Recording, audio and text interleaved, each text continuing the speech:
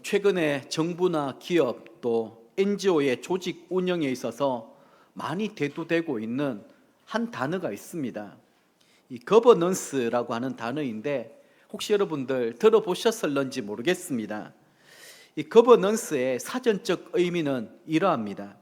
사회 내 다양한 기관이 자율성을 지니면서 함께 국정 운영에 참여하는 변화, 통치 방식을 말하며 다양한 행위자가 통치에 참여, 협력하는 점을 강조해 협치라고도 한다.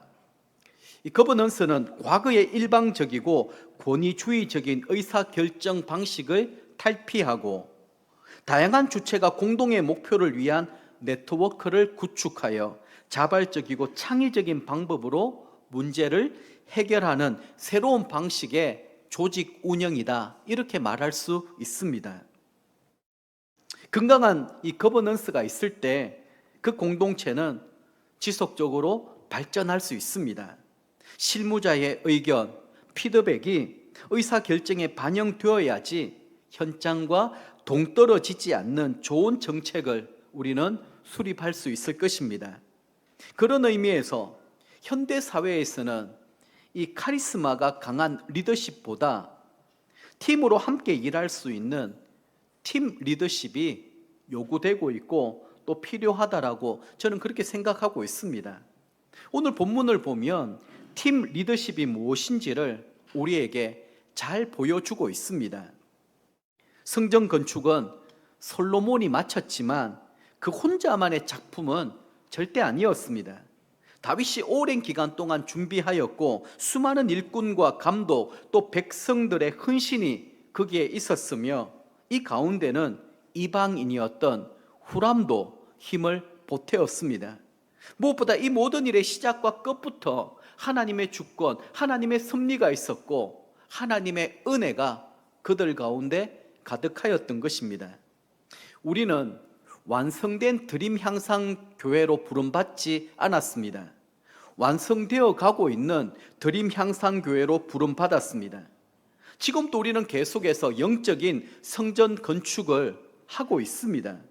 수많은 사람들이 각자 하나님 앞에 받은 직분, 사명, 자기 몫을 충성되고 성실한 마음으로 잘 감당할 때 주의 몸된 교회가 아름다운 성전 공동체로 세워지게 될 줄 믿습니다. 그래서 오늘 우리 각자에게 주시는 하나님의 말씀에 귀를 기울여서 하나님이 기뻐하시는 건강한 드림 향상 공동체를 만들어 가기 위하여 우리가 노력하고 힘써야 될 부분들이 무엇인지에 대하여 함께 하나님의 말씀에 귀를 기울이고 깨닫고 도전받고 또 헌신하고 결단하는 그런 복된 시간이 되면 참 좋겠습니다. 자, 먼저 성전 건축 준비를 한번 살펴보겠습니다. 솔로몬이 지으려고 했던 하나님의 성전은 모세 당시에 있었던 성막하고는 차원이 달랐습니다. 성막은 이동식 예배 처소였습니다. 지금 솔로몬이 짓고자 하는 것은 나무와 돌로 지은 고정된 집이었습니다. 그리고 아주 큰 집이었습니다. 근데 문제는 무엇인가 하면 이스라엘에는 이렇게 큰 집을 지을 만한 좋은 목재나 대리석 같은 돌을 구할 수가 없는 것입니다. 이런 건축 재료를 확보하려고 하면 두 가지가 있습니다. 전쟁을 해서 빼앗아 오든지 아니면 돈을 주고 싸우는 것입니다. 근데 하나님의 성전을 짓기 위해 하나님은 절대로 전쟁을 해서는 안 된다. 그리고 돈 주고 사지도 못하게 하셨습니다. 그러면 도대체 어떻게 하나님의 성전을 지으라는 것입니까? 하나님은 오직 믿음으로 이 성전을 지어야 된다. 세상적인 방식, 세상 사람들의 그런 생각하던 대로 하나님의 성전이 지어지기를 하나님은 원치 않으셨습니다. 이 점을 우리는 중요하게 볼 수 있어야 됩니다. 자, 이것을 위해서 하나님은 한 사람을 예비하고 준비하셨는데요. 그 사람이 바로 두로 왕 후람이었습니다. 솔로몬은 먼저 두로 왕 후람에게 사신을 보내어서 자신이 하나님을 위하여 성전을 건축할 뜻이 있는데 도와주면 좋겠다, 이런 서신을 보내게 됩니다. 역대하 2장 4절 말씀 같이 한번 읽어볼까요? 이제 내가 나의 하나님 여호와의 이름을 위하여 성전을 건축하여 구별하여 드리고 주 앞에서 향제로를 사르며 항상 떡을 차려 놓으며 안식일과 초하루와 우리 하나님 여호와의 절기에 아침 저녁으로 번제를 드리려 하오니 이는 이스라엘의 영원한 규례니이다. 아멘. 두로 왕은 원래 하나님을 믿지 않고 바알신을 섬기던 사람입니다. 당시 두로 지역에는 인신 제사가 만연하였고 우상 숭배가 아주 극심했던 그런 곳입니다. 신앙적으로 보면 이스라엘과 두로는 극과 극입니다. 그런데 다윗을 통하여 이스라엘의 엄청난 부흥의 소식을 두로 왕이 듣고 보게 된 것이죠. 그리고 저 이스라엘 땅은 여호와 하나님이라는 분이 지켜주시는데 이들이 엄청난 축복과 번영을 이루고 있는 것입니다. 그러다 보니 이것을 가만히 보면서 도전받고 그리고 또 변화된 사람이 있다고 한다면 두로 왕 후람이었습니다.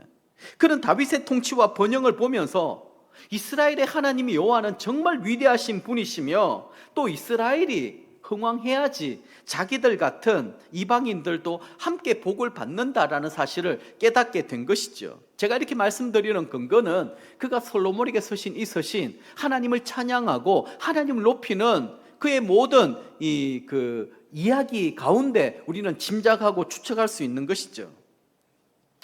두로 왕 후람은 솔로몬의 성전에 사용된 건축 재료를 아낌없이 다 이렇게 보내어 주었습니다. 솔로몬이 믿음으로 하나님의 성전을 짓는다라는 것, 다시 한번 정리해 볼까요? 자신의 힘과 노력으로 짓는 것이 아니라는 거예요. 내가 가진 돈과 내가 가지고 있는 뭐를 가지고 이렇게 하나님 앞에 뭔가 이렇게 보여드리기 위한, 하나님은 그런 성전을 원치 아니하십니다. 하나님은 하나님의 일을 감당할 만한 사람을 예비하고 준비시켜 주시고 또 그런 헌신자들을 하나님이 불러 모으시는 거예요. 그래서 우리는 하나님의 말씀만 붙들고 믿음으로 나아가기만 하면 반드시 부흥의 역사가 이루어지게 되어 있고요. 그리고 곳곳에서 하나님께서 예비하신 헌신자들, 두로 왕 후람 같은 사람들이 일어나는 것입니다. 사실 이 세상에 하나님의 일을 할 만한 자격 있는 사람 누가 있겠습니까? 아무도 없습니다. 여러분, 자격이 있어서 내가 목사가 되고 장로가 되고 목자 목녀가 되었을까요? 그렇지 않습니다. 하나님께서 콜링하셨을 때 나는 부족하고 연약하지만 하나님 말씀에 순종하는 마음으로 이 자리에 서 있는 것 아니겠습니까? 여전히 힘들고 어렵고 부담스럽고 불편할 때가 많이 있습니다. 그런데 하나님의 말씀에 순종하며 있다 보니까, 그리고 믿음으로 우리가 기대하며 기도하며 한번 살아보니까 하나님의 역사 능력이 나타나는 것입니다. 솔로몬은 그런 취지에서 이렇게 고백합니다. 역대하 2장 6절 말씀 같이 한번 읽어볼까요? 누가 능히 하나님을 위하여 성전을 건축하리요? 하늘과 하늘들의 하늘이라도 주를 용납하지 못하겠거든 내가 누구이기에 어찌 능히 그를 위하여 성전을 건축하리요? 그 앞에 분향하려 할 따름이니이다. 아멘. 여러분, 솔로몬이 했던 저 고백, 노란색 글씨를 보십시오. 내가 누구에게 어찌 능히 그를 위하여 성전을 건축하리요? 자기 아니고도 할 사람이 많이 있다는 것 알고 있습니다. 자신은 이 역할을 감당하기에 너무 부족하고 연약하다라는 사실을 고백하고 있습니다. 이것이 하나님 쓰시는 일꾼의 자세입니다.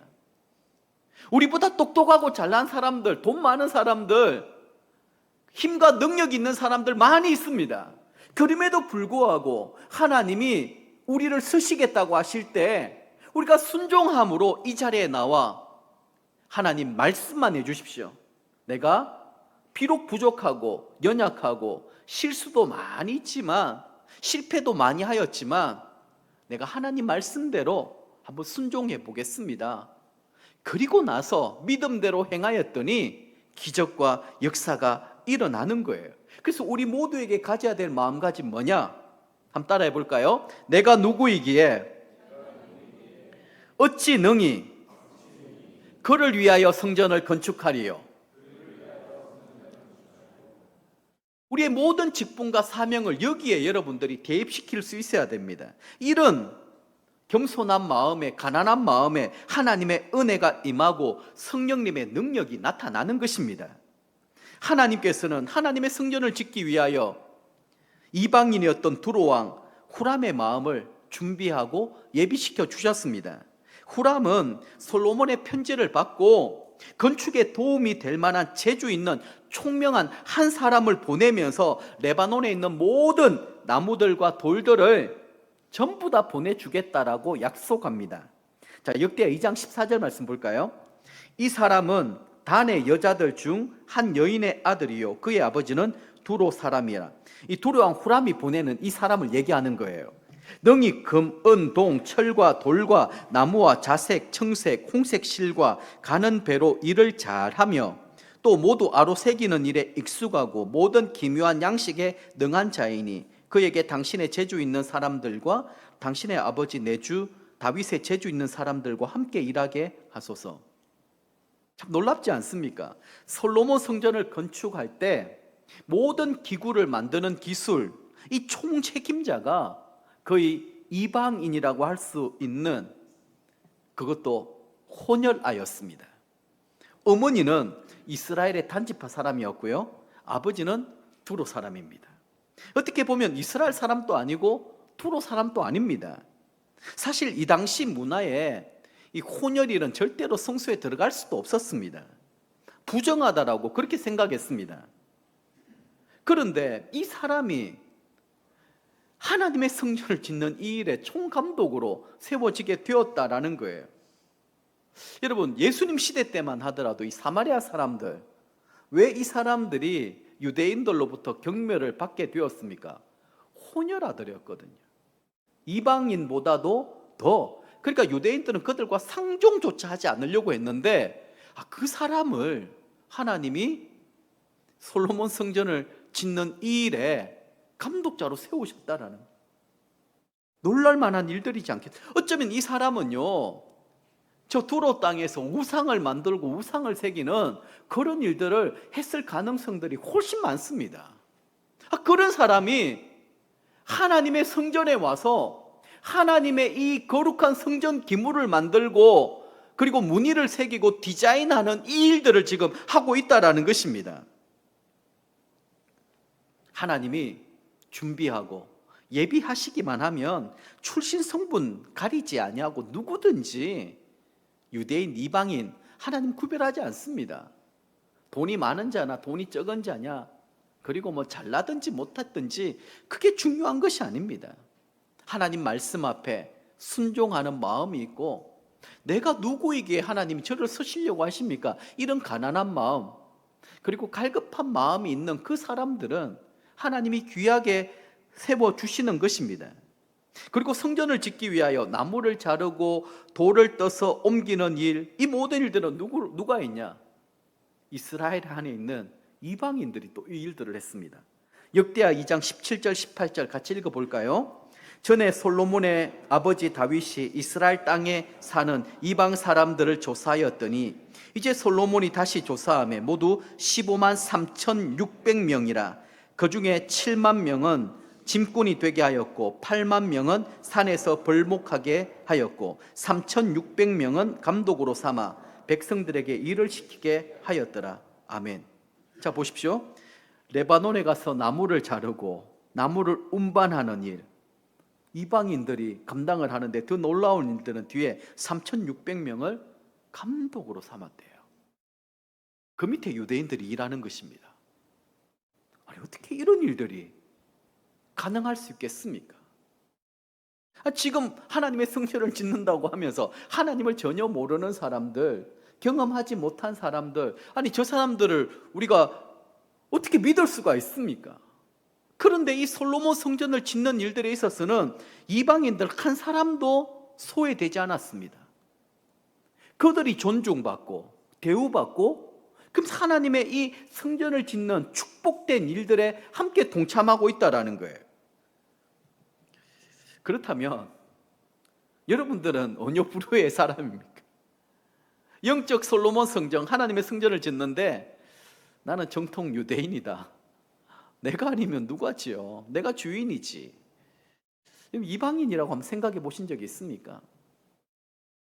솔로몬이 내가 누구이기에 이 일을 맡겨셨습니까? 진짜 가난하고 낮은 이방인과 같은 그런 은혜와 감격 가운데 지금 이 일을 진행하고 있습니다. 아마 그 당시에 유대인들도 솔로몬과 함께 기브온 산당에 일천번제를 드리고 난 다음에 그들의 마음이 이렇게 바뀌어지게 된 거예요. 솔로몬 왕과 같은 그런 마음이지 않겠습니까? 어디서 하나님의 성전에 너 같은 인간이 여러분 이렇게 판단하고 비판하고 정죄하였다고 한다면 여러분 각기 다양한 인종과 사람들이 모여 7년 6개월 동안 성전을 건축을 하는데 얼마나 다툼과 그리고 분열과 상처와 아픔이 많았겠습니까? 근데 여러분 성경을 보면 순적하게 7년 6개월의 세월 동안 어떠한 잡음도 없습니다. 다들 맡겨져 있는 사명 직분을 충성되이 헌신되이 감당하고 있는 것을 우리는 보게 되는 것이죠. 자, 이제 성전 건축 한번 볼까요? 역대하 3장 2절 말씀입니다. 솔로몬이 왕위에 오른 지 넷째 둘째 달 둘째 날 건축을 시작하였더라. 솔로몬은 왕이 된 지 4년 만에 건축을 시작하게 됩니다. 너무 빨리 정말 시작된 셈이죠. 이렇게 빨리 시작할 수 있었던 이유는 아버지 다윗이 상당 부분 준비해 놓은 덕도 있고 두로 왕 후람의 전폭적인 지원이 있었기 때문에 가능한 일이었습니다. 어쨌거나 솔로몬은 이 공사를 시작해서 7년 6개월 만에 공사를 완공 짓게 됩니다. 예전 모세의 성전과 비교해 보면 솔로몬 성전은 전체적인 구조에서 모세의 성막 구조와는 일치했지만 훨씬 더 많은 것들이 추가되었고 또 확장되었습니다. 솔로몬의 새 성전에는 전에 없었던 것들이 많이 거기에 추가되었는데요, 특별한 점이 있습니다. 그 성전 입구에는 두 개의 큰 놋 기둥이 있었어요.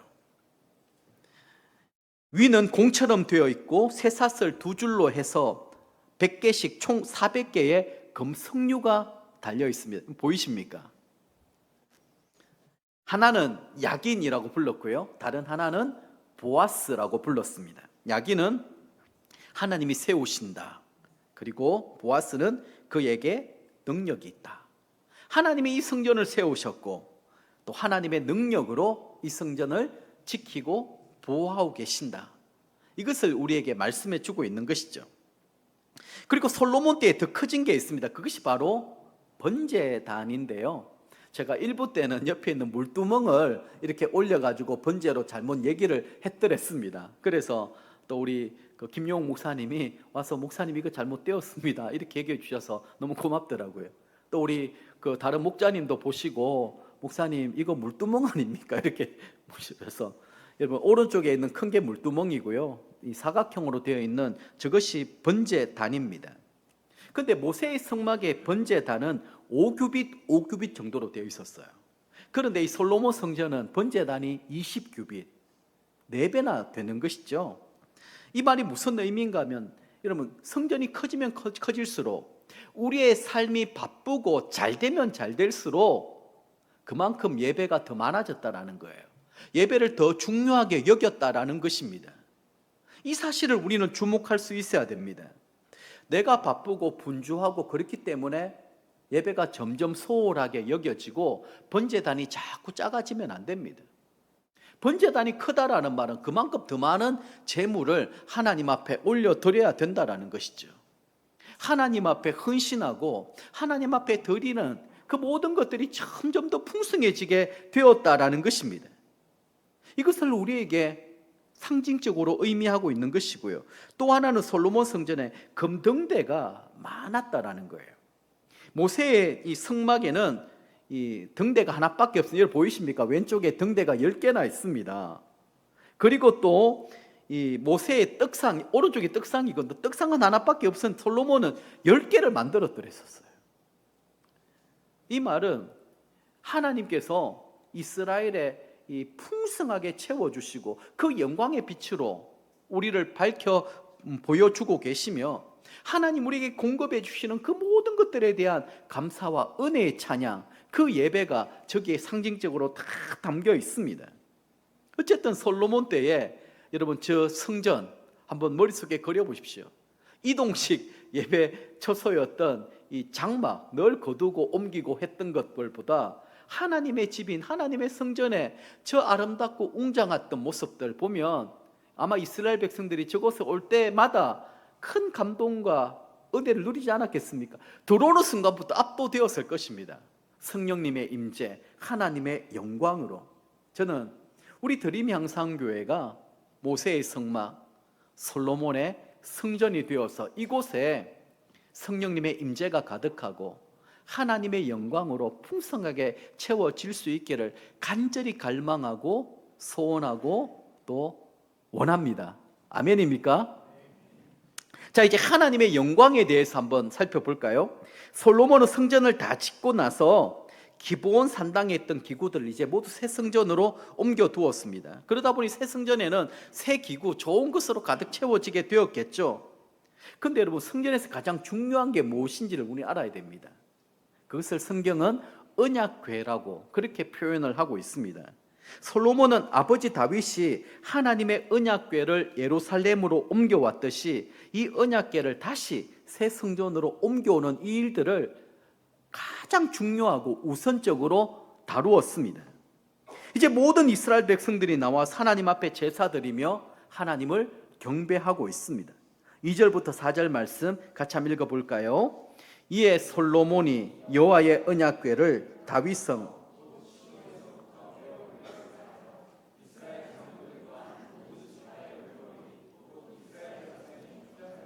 다 예루살렘으로 소집하니 일곱째 달 절기에 이스라엘 모든 사람이 다 왕에게로 모이고 이스라엘 장로들이 이름에 레위 사람들이 궤를 매니라. 아멘. 이스라엘 백성들에게 하나님의 언약궤는 하나님의 임재 그리고 하나님이 그들과 함께 하신다라는 사실을 잘 보여주고 있습니다. 그래서 하나님의 언약궤를 새 성전에 옮겨오는 거 너무 중요한데 말씀대로 여러분 아시죠? 이 우사가 그 언약궤 법궤를 잘못하다가 그 자리에서 즉사를 당하지 않습니까? 소울이 다뤄서 그렇습니다. 레위인들이 어깨에다가 메고 하나님 말씀해 주시는 그 규례대로 언약궤를 가져오게 되었습니다. 자, 언약궤가 성전의 딱 중심을 차지했을 때 비로소 성전은 완성이 된 것입니다. 이때가 이스라엘 백성들에게 전성기였다라고 말할 수 있습니다.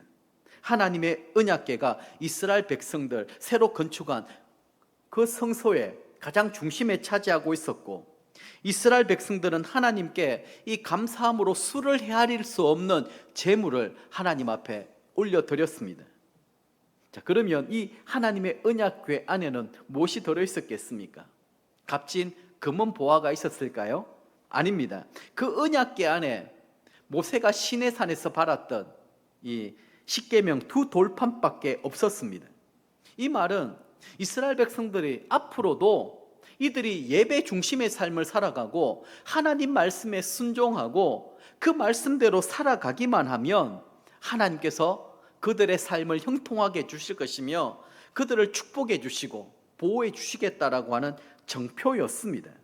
자, 이때 놀라운 이적이 이제 일어납니다. 이제 모든 것들이 갖추어져 있고 말하자면 입당 예배를 하나님 앞에 올려드리게 되었죠. 그때 이 솔로몬 성전에 어떤 일들이 일어났을까요?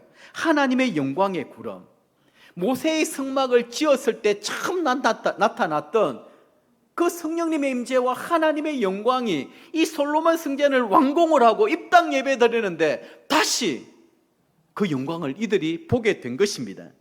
역대하 5장 13절 14절 말씀 같이 한번 읽어볼까요? 나팔 부는 자와 노래하는 자들이 일제히 소리를 내어 여호와를 찬송하며 감사하는데 나팔 불고 재금치고 모든 악기를 울리며 소리를 높여 여호와를 찬송하여 이르되 선하시도다 그의 자비하심이 영원히 또다 하매 그때에 여호와의 전에 구름이 가득한지라 제사장들이 그 구름으로 말미암아 능히 서서 섬기지 못하였으니 이는 여호와의 영광이 하나님의 전에 가득함이었더라. 아멘. 한번 이미지 사진 한번 보실까요? 여러분 지금 레위 지파 사람들이 성가대를 조직하여 하나님을 찬양하고 곳곳에 나팔을 울려버리고 하고 있고 온 백성들이 여기에 나와서 하나님을 예배하는 이 광경 너무 멋지지 않습니까? 너무 감동적이지 않습니까? 여기에 성령님이 임재하고 하나님의 영광 가득하여서 안개가 쫙하였는데 제사장이 도무지 직무를 감당할 수 없을 만큼 하나님의 영광이 그곳에 가득하였다라는 것입니다. 역대기의 역사는요, 현실이 아무리 척박해도 이들이 다시 성전을 세우고 예배가 회복되면 희망이 있다는 사실을 우리에게 잘 교훈하고 있습니다. 지금 여호와의 성전에 구름이 가득하였다. 그것은 그들 가운데 성령님이 임재하여 계시고 이 성전 가운데 역사하시며 앞으로 그들을 축복해 주시겠다라는 거예요. 그만큼 우리의 삶에 있어서 예배가 중요한 것입니다. 말씀을 정리하겠습니다. 솔로몬 성전이 어떻게 시작되었는지를 우리는 잊지 말아야 됩니다.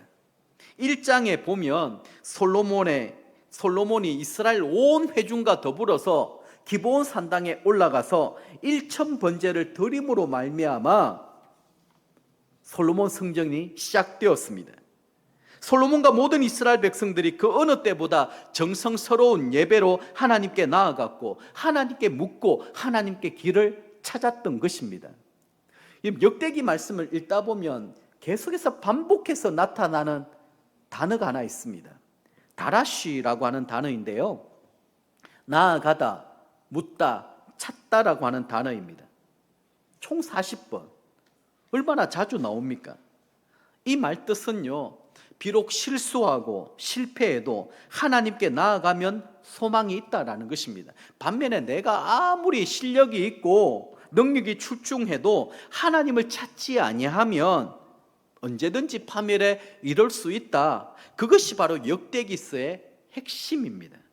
앞으로 이제는 또 역대기의 왕들을 통하여 우리는 이 일을 보게 될 것입니다. 그들이 하나님을 찾고 다시 이 부분을 할 수 있었을 때에는 이스라엘이 번영하고 하나님의 축복을 받았습니다. 그런데 그들이 하나님 앞에 다라시 하지 아니하고 그들 스스로 길을 찾고 그들의 의와 자랑을 내세우는 그 순간부터 나라는 엉망진창이 되어버리고 그 나라는 곧 멸망할 수밖에 없게 된 것입니다. 솔로몬은 이제 이 하나님의 성전을 7년 6개월에 거쳐 성전을 완공하게 되었습니다. 저는 이 7년 6개월이라고 하는 이 세월이 예사롭게 보이지 않았습니다. 지금 우리 교회는 이제 드림 양산교회 2기 사역을 준비하고 있지 않습니까? 저의 이 안식 연이죠, 올 한 해가 그것을 기점으로 하여 내년부터 우리가 또 어떻게 새롭게 출발할 것인가, 그게 거의 7년쯤 아마 될 것입니다. 근데 여러분, 솔로몬 성전을 하나님이 어떻게 세우시고 지어 가시느냐, 여기에 우리는 귀를 기울일 수 있어야 됩니다. 솔로몬 성전을 건축하기 위하여 모였던 사람들은 각양각색이었습니다. 유대인과 이방인, 그리고 지위 고하, 남녀노소 불문하고 하나님의 나라와 그의 영광을 위해서 모든 사람들이 다 총동원이 되었습니다. 출신 성분이 다릅니다. 아마 기질도 다르고 성격도 각기 다 달랐습니다. 그럼에도 불구하고 이 7년 6개월 동안 어떤 다툼이나 분열도 없이 은혜 가운데 순적하게 하나님의 성전이 완공되었습니다. 이것이야말로 성령님의 이끄심, 순종의 결과가 아닐까요? 저는 눈에 보이지 않는 드림 양산교회 이제 2기 사역을 시작하는 동안에 어제도 비전 우리 위원들에게 그렇게 좀 부탁을 드렸더랬습니다. 이제 우리는 가정교회로서의 기초를 다 다지고 있다. 좀 더 견고하게 다질 것은 다지고 수정하고 보완할 것은 그렇게 하고 이제는 건물을 지어 올려야 됩니다. 언제까지 기초 다지기만 하겠습니까? 우리가 멋진 건물을 한번 지어 올려 보십시다. 그게 바로 솔로몬 성전을 두고 하는 이야기입니다. 하나님의 말씀에 따라, 하나님의 인도하심에 따라 우리는 이제 마음을 모으고 힘을 모아서 건물로서의 교회가 아니라 영적 교회를 우리는 아름답게 완공할 수 있어야 됩니다. 그래서 다들 비전 이런 얘기를 하면 적어도 5년 후, 10년 후 우리 교회가 어떤 모습이 되어질 것인가, 저는 이미 말씀 가운데 그 답을 받았다라고 믿고 있습니다. 솔로몬 성전입니다. 그 마지막 입당 예배 순간에 온 백성들이 함께 모여서 나팔을 불고 수금을 타며 온 악기를 동원하여 그 앞에서 하나님의 영광을 찬양하고 성령님의 임재가 가득한 그 예배를 드릴 수 있다라면 우리는 성공한 것입니다. 그것이야말로 하나님이 바라고 원하시는 하나님의 나라, 교회의 모습인 줄 믿습니다. 자, 그런 의미에서 모두 그리고 함께는 하나님의 뜻이고 계획이라고 말할 수 있습니다. 저는 이렇게 생각을 합니다. 한 사람의 첫걸음보다 더불어 손을 잡고 함께 걸어가는 모두의 한 걸음이 더 귀하고 값지다라고 믿고 있습니다. 우리 하나님도 같은 마음입니다. 여러분, 토끼와 거북이 경주 이야기 여러분 잘 알고 계시죠? 잠든 토끼를 보면서 이 거북이가 씩 웃으면서 달려가서 먼저 깃발을 꼽는 것, 이것은 하나님 나라에서 1등 거북이가 아닙니다. 교회는 이렇게 세워가면 절대로 안 됩니다. 진짜 여러분, 하나님의 나라 교회의 1등 거북이는요, 잠든 토끼를 깨우는 것입니다. 토끼야, 일어나, 할 수 있어, 우리 같이 가자. 그러면서 보조를 맞춥니다. 걸음걸이를 맞춥니다. 천천히 가는 일이 있다 할지라도 함께 더불어 가는 것이 정말 하나님이 꿈꾸는 교회가 아닐까요? 레위기에 나오는 제사 가운데 참 특별한 제사 중에 하나가 화목 제사가 있습니다. 화목 제사. 화목제는 다른 제사와 달리 다른 제사는 다 불에 태워서 없애지 않습니까? 그죠? 그런데 화목제는요, 자신이 드린 제물의 많은 부분을 다시 가지고 갑니다. 그리고 그날 해가 지기 전까지 다 먹어야 돼요. 두 종류의 화목 제사가 있는데 그냥 단순한 화목 제사는 드리고 나서 그날에 다 소비를 해야 되고요. 그리고 이 서원의 의미로 드리는 화목 제물이 있습니다. 그거는 이튿날까지 봐줘요. 둘째 날까지 그 제물을 어쨌든 다 먹어야 됩니다. 레위기 7장 15절 말씀 한번 볼까요? 한번 보십시오. 감사함으로 드리는 화목 제물의 고기는 보십시오. 드리는 그날에 먹을 것이요, 조금이라도 이튿날 아침까지 두지 말 것이니라. 정상적인 화목 제물은 그날에 다 먹는 거예요. 자, 그러면 이렇게 한번 생각해 보면 좋겠습니다. 하나님께서 해가 지기 전에 그 제물을 다 먹어야 되는데 먹지 못하면 그 제사는 무효가 되고요. 그리고 오히려 이 화의 근원이 될 수 있다는 거예요. 자, 그러면 이렇게 한번 우리 설명 한번 해보겠습니다. 어떤 사람이 소를 화목제물로 드렸습니다. 소는 기본 한 500근 정도가 된다고 해요. 이 큰 제물을 그날 다 먹어야 되는데 어떻게 먹을 수가 있을까요? 가족들 다 동원해도, 혼자 가족들, 이웃 친척들까지 해도 먹기가 만만치 않을 것입니다. 그럼 어떻게 해야 되겠습니까? 어쨌든 이걸 다 먹어내야 됩니다.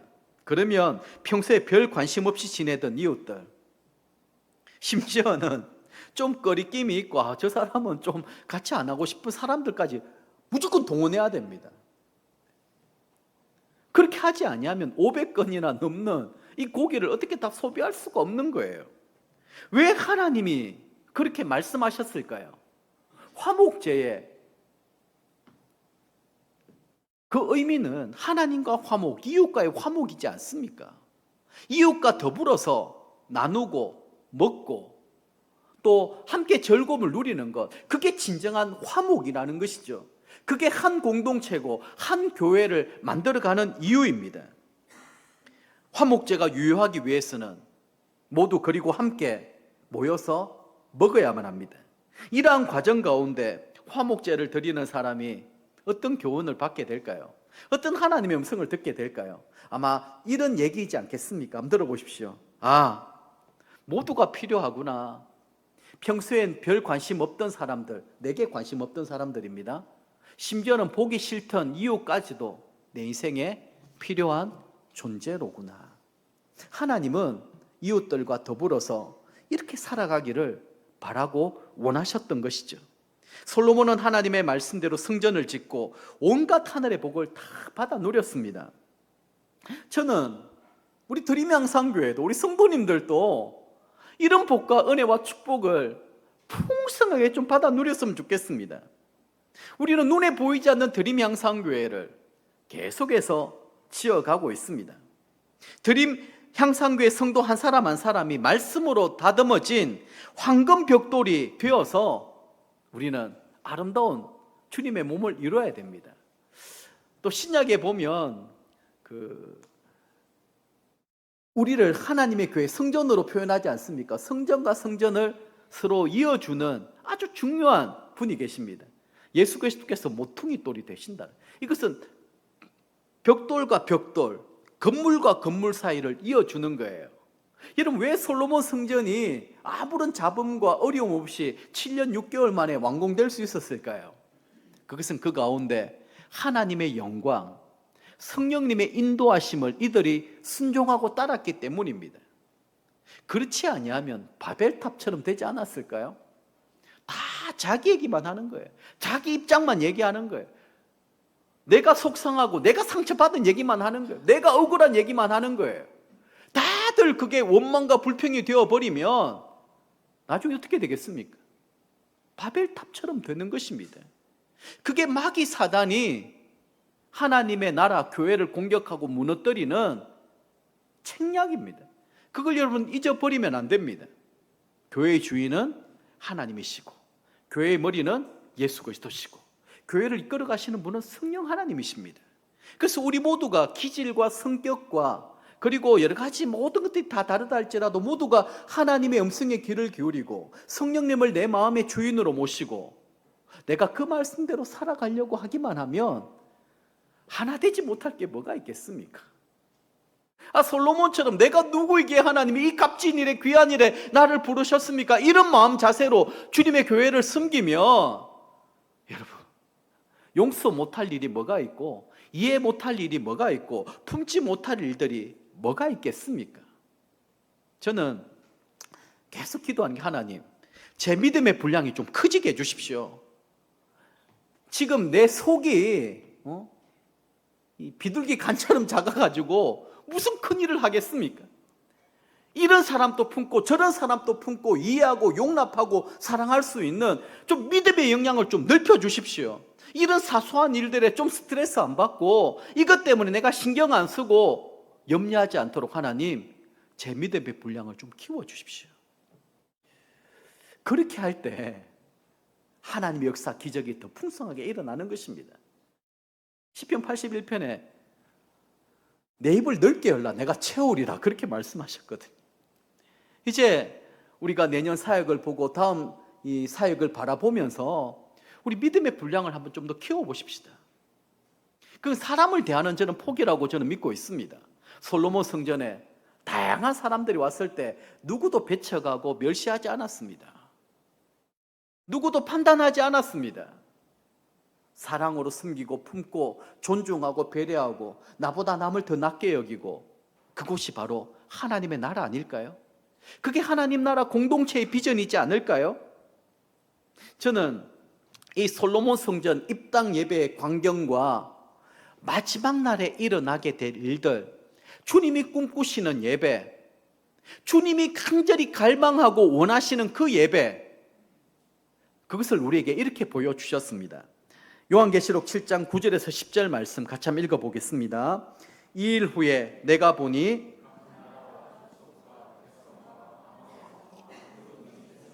큰 무리가 나와 흰 옷을 입고 손에 종려 가지를 들고 보좌 앞과 어린 양 앞에 서서 큰 소리로 외쳐 이르되 구원하심이 보좌에 앉으신 우리 하나님과 어린 양에게 있도다. 아멘. 이게 우리의 비전이고 우리의 예배가 되어야 됩니다. 여러분 성화 많이 보셨잖아요. 구름 위에 예수님이 오시고 온 사람들이 거기에 다 들림받고 올라가서 지금 이 찬양을 드리고 있습니다. 구원하심이 보좌에 앉으신 우리 하나님과 어린 양께 있도다 라고 하면서 다들 하나님을 찬양하고 예배하고 감격 가운데 빠져있는 그 예배, 그 예배를 우리가 회복해야 됩니다. 저 우리 드림양상교회가 하나님을 예배할 때 놀라운 기적과 역사가 많이 일어나기를 간절히 바라고 축복합니다. 우리의 질병이 떠나가고 우리 삶의 모든 문제가 다 극복되고 해결되고 나를 짓누르고 억누르고 있었던 악한 어둠의 모든 권세들이 다 물러가고 우리 가운데 영적인 자유함이 누려지는, 여기에 돌아올 때는 근심과 걱정이 가득하였지만 예배 후에는 사슴이 뛸 듯한 그런 기쁨과 즐거움을 가지고 우리가 회복되고 다시 살아나고 다시 일으켜질 수 있는 그 기대와 소망을 가지고 예배를 드렸으면 좋겠습니다. 반드시 그렇게 될 것입니다. 여러분, 기도하십시다. 기대하십시다. 기다리십시다. 그러면 하나님의 나라가 우리 가운데 이루어지고 하나님의 영광이 우리 가운데 나타나게 될 것입니다. 오늘 주신 이 말씀을 붙들고 우리 찬